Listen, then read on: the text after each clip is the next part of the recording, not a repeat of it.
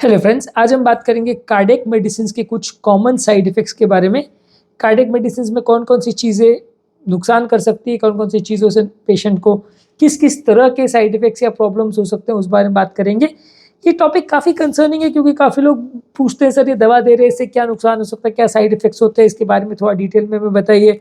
कई बार लोग पूरी लिस्ट निकाल के बैठ जाते हैं कि इसमें ये साइड इफ़ेक्ट्स हो सकता है, तो कौन सी चीज़ें हमारे लिए रेलेवेंट है, कौन सी नॉन रेलेवेंट है, उस बारे में बात करेंगे। क्योंकि कई बार क्या है, कोई छोटी-छोटी चीज़ें हर दवा की 50 साइड इफ़ेक्ट किताबों में लिखी होती है, लेकिन उसमें से रेलेवेंट कौन सी है, ये समझना भी हमारे लिए ज़रूरी होता है। क्योंकि हम नहीं तो हर साइड इफ़ेक्ट जो किताब में दिखा है, उसको अगर इम्पोर्टेंट मानने लग जाएँगे, तो फिर मैनेज करना कई बार बड़ा मुश्किल हो जाता है।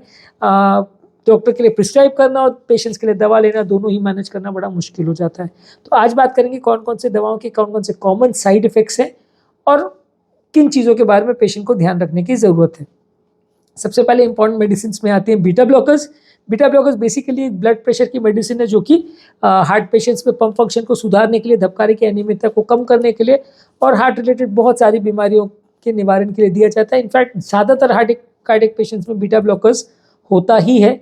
इसमें कॉमन साइड इफ़ेक्ट्स में लोगों को थोड़ा कमज़ोरी हो सकती है, चक्कर हो सकता है, हाथ-पाँव ठंडे हो सकते हैं, डिप्रेशन हो सकता है, कुछ साइकोलॉजिकल साइड इफ़ेक्ट्स भी हो सकते हैं, सांस फूल सकती है, हृदय की गति थोड़ी कम हो सकती है।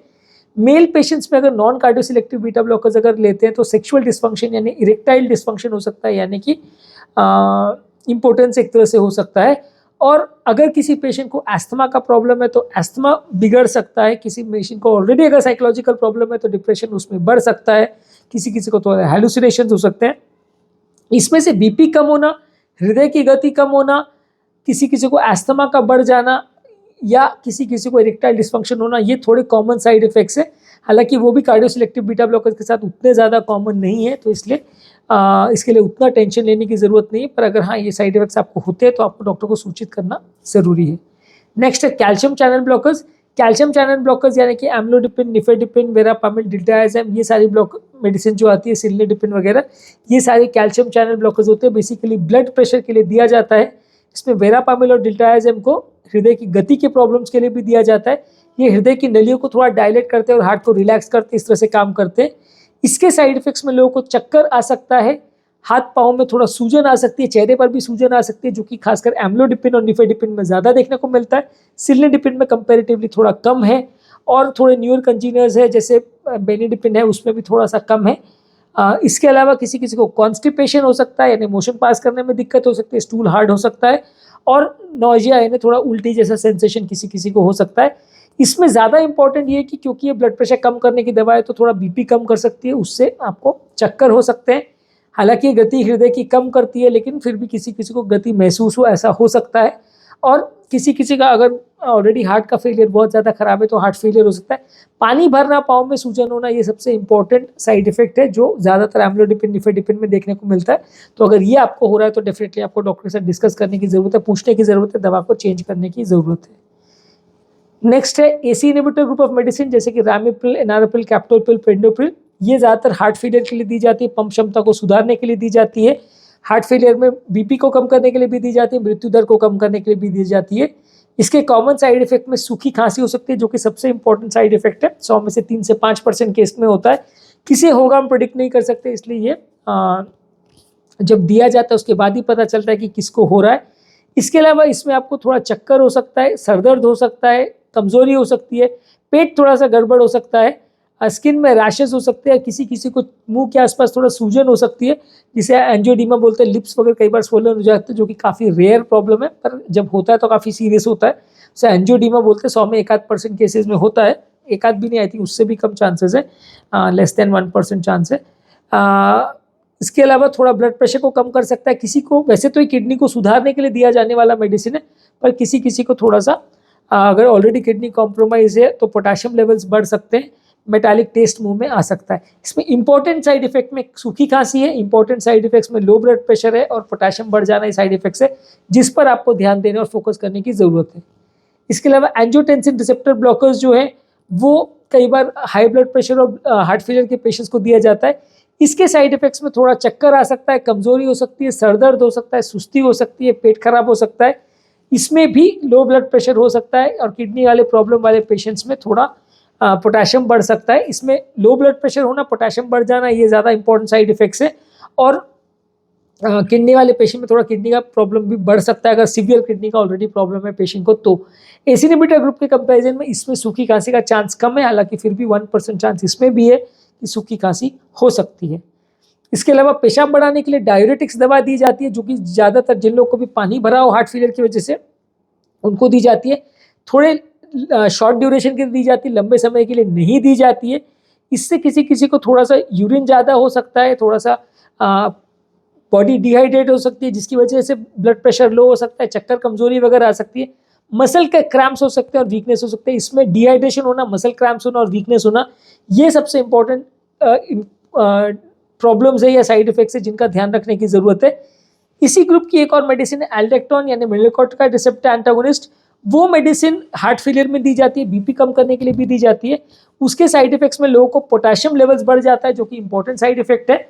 और उसके अलावा मेल पेशेंट्स में निपल के पास स्वेलिंग और पेन हो सकता है, जिससे गायनेकोमास्टिया बोलते हैं। ये सिर्फ मेल पेशेंट्स में होता है, फीमेल पेशेंट में नहीं होता है। ऐसा होने का कारण ये है कि बॉडी का एस्ट्रोजन लेवल्स थोड़ा सा बढ़ जाता है, जिसकी वजह से मेल्स के निपल में एस्ट्रोजन हार्मोन की वजह से फीमेल ब्रेस्ट जैसे थोड़ी स्वेलिंग आ जाती है, जिससे पेन हो सकता है। तो गायनेकोमास्टिया एलेक्ट्रॉन का कॉमन साइड इफेक्ट है, तो उसे ध्यान रखने की जरूरत है।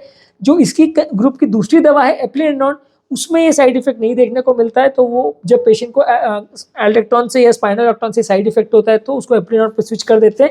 एप्लिनेडॉन पर डायरेक्टली इसलिए नहीं देते हैं क्योंकि वो थोड़ी कॉस्टली मेडिसिन है। इसके अलावा SGLT2 इनहिबिटर यानी कि डेपैग्लिफ्लोजिन, एम्पैग्लिफ्लोजिन, ये ग्रुप की मेडिसिन हार्ट के डैमेज वाले पेशेंट्स और हार्ट के साथ अगर किडनी का डैमेज किसी को है तो उनमें ये दी जाती है।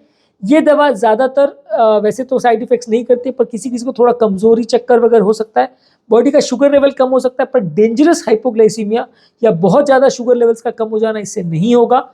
इसके अलावा इस दवा से किसी किसी को जब यूरिन में एक्सेसिव शुगर जाता है तो यूरिन में ट्रैक्ट में इन्फेक्शन हो सकता है, पेशाब की जगह पे खुजली हो सकती है और कई बार फंगल इन्फेक्शन हो सकता है, जो कि 100 में से 3 से 5% केसेस में होता है, जिसमें दवा चेंज करने की या बंद करने की जरूरत पड़ सकती है। इसके अलावा खून पतला करने की एंटीप्लेटलेट दवा या एंटीकोएगुलेंट दवा से किसी किसी को थोड़ा ब्लीडिंग का साइड इफेक्ट्स हो सकता है। हमने ऑलरेडी एक साइड प्रोडक्ट पिक किया जिसमें ब्लीडिंग साइड इफेक्ट के बारे में बात की है। इससे किसी किसी को पेट खराब हो सकता है, हड्डियाँ थोड़ी कमज़ोर हो सकती हैं और चोट लगने पर ब्लीडिंग या स्किन में रिएक्शन के साथ ब्लीडिंग हो सकती है, ब्रूजिंग हो सकती है। तो ये इसका कॉमन साइड इफेक्ट है। इसके अलावा कोलेस्ट्रॉल कम करने की जो सैटिन मेडिसिन दी जाती है उसके कॉमन साइड इफेक्ट में मसल पेन, मसल में कमजोरी होना और डाइजेस्टिव प्रॉब्लम्स होना, लिवर पे थोड़ा डैमेज होना, ये साइड इफेक्ट्स में हो सकता है। किसी किसी पेशेंट में थोड़ा डायबिटीज़ का रिस्क भी इस दवा से बढ़ सकता है। हमने ऑलरेडी इस टॉपिक पर एक सेपरेट वीडियो किया जो कि आप मेरे चैनल पर देख सकते हैं। इसके अलावा अमियोड्रॉन जो कॉमन मेडिसिन धबकारे की प्रॉब्लम के लिए दी जाती है, उससे किसी किसी को थायराइड का प्रॉब्लम हो सकता है। लंबे समय पर देने में कॉर्निया में डिपॉजिट्स होना और लंग का डैमेज होना, ये हो सकता है। ये इस दवा के थोड़े कॉमन साइड इफेक्ट्स हैं। तो आज हमने हार्ट की सबसे कॉमन मेडिसिन जो हार्ट पेशेंट्स को दी जाती है उनके कॉमन साइड इफेक्ट्स पर बात करी। इसके अलावा भी बहुत सारी मेडिसिन है, पर ऑब्वियसली हम इसको लंबा नहीं करना चाहते थे। कार्डियक मेडिसिन के साइड इफेक्ट्स पर हमने ऑलरेडी एक डिटेल वीडियो किया है। कार्डियक मेडिसिन में हर मेडिसिन पर हमने एक डिटेल वीडियो किया है जो कि अपने चैनल पर देख सकते हैं, तो उनके डिटेल्स पर आज नहीं जाएंगे। यदि इस टॉपिक को संबंधित आपकी कोई कमेंट्स, क्वेरी, सजेशन है, कोई और टॉपिक्स पर आप चाहते हैं वीडियोस बनाए, कोई पेशेंट रिलेटेड क्वेरीज है, तो नीचे कमेंट सेक्शन में उनके बारे में बताइए, हम उन्हें कवर करने का प्रयास करेंगे। अंत में मैं डॉक्टर नवीन अग्रवाल तहे दिल से आपका शुक्रिया अदा करूँगा कि आपने इस टॉपिक को एंड तक देखा। जो लोग हमारे चैनल पर नए हैं उन्हें रिक्वेस्ट करूँगा कि चैनल को सब्सक्राइब करें। ऐसा करने से चैनल को कंटिन्यू करने के लिए हमें मोटिवेशन और इंस्पिरेशन मिलती है, और जब भी हम कोई नया कंटेंट अपलोड करते हैं उसका नोटिफिकेशन आपको तुरंत मिल जाता है। जो भी लोग हमारे चैनल पर बहुत डिटेल वीडियोस नहीं देखना चाहते हैं उनके लिए रेगुलर बेस पे हम यूट्यूब शॉर्ट्स अपलोड कर रहे हैं, जिसमें सारे टॉपिक का ब्रीफ समरी हम आपको शॉर्ट वीडियोस के फॉर्म में देते हैं। ये सारे शॉर्ट्स को हम फेसबुक और इंस्टाग्राम में रील्स के फॉर्म में भी अपलोड कर रहे हैं, तो आप वहाँ पे भी इसे देख सकते हैं। फ्रेंड्स, फैमिली और सोशल मीडिया ग्रुप्स में इन्हें शेयर भी कर सकते हैं। जो लोग हमारे चैनल पर बहुत टॉपिक्स ढूंढने में जिन्हें दिक्कत आती है उनके लिए सारे टॉपिक को, चैनल्स को हमने प्लेलिस्ट में डिवाइड किया है। बीपी, शुगर, कोलेस्ट्रॉल, इस तरह से टॉपिक वाइज हमने प्लेलिस्ट बनाए हैं। प्लेलिस्ट का लिंक मैं डिस्क्रिप्शन बॉक्स में छोड़ दे रहा हूँ। आप स्पेसिफिक प्लेलिस्ट में जिसमें आपको इंटरेस्ट है वहाँ क्लिक करेंगे तो आपको रेलेवेंट कंटेंट मिलेगा, यूजफुल कंटेंट मिलेगा, ज़्यादा टाइम वेस्ट नहीं होगा, ज़्यादा ढूंढने का प्रॉब्लम नहीं होगा।